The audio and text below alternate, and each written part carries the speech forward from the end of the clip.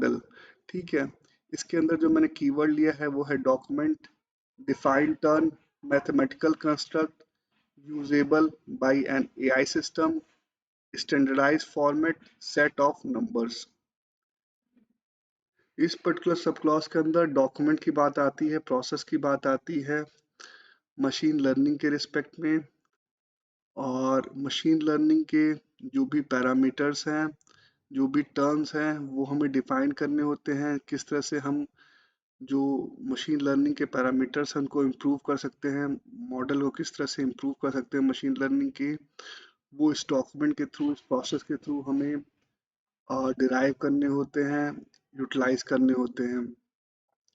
और जो machine learning की एल्गोरिथम्स हैं उनको हमें इम्प्रूव करना होता है, इन्हेंस करना होता है ट्रेनिंग डेटा का यूज करके। इसके साथ ही साथ जब हम मशीन लर्निंग मॉडल की बात करते हैं तो वो एक मैथमेटिकल कंस्ट्रक्ट होता है, क्योंकि हम एल्गोरिथम्स की बात कर रहे हैं, हम स्टैटिस्टिकल की बात कर रहे हैं,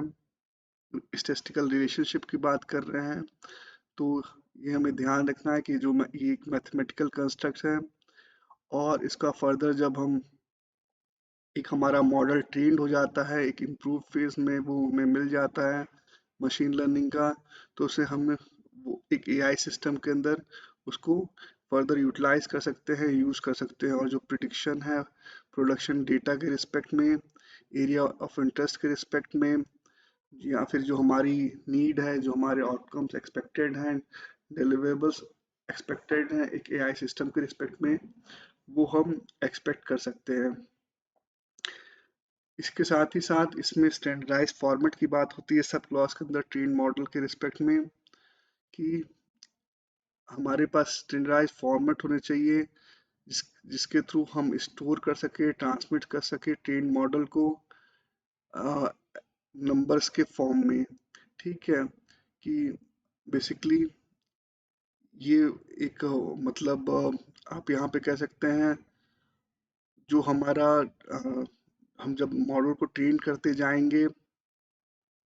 तो जो लेवल अप होगा या फिर स्टेजेस होंगी मॉडल को ट्रेन करने के लिए, या फिर इम्प्रूवमेंट के फेसेस होंगे, तो उनको एक हम स्टैंडर्डाइज फॉर्मेट में हमें मेंटेन करना है और स्टोर करना है और फर्दर ट्रांसमिट करना है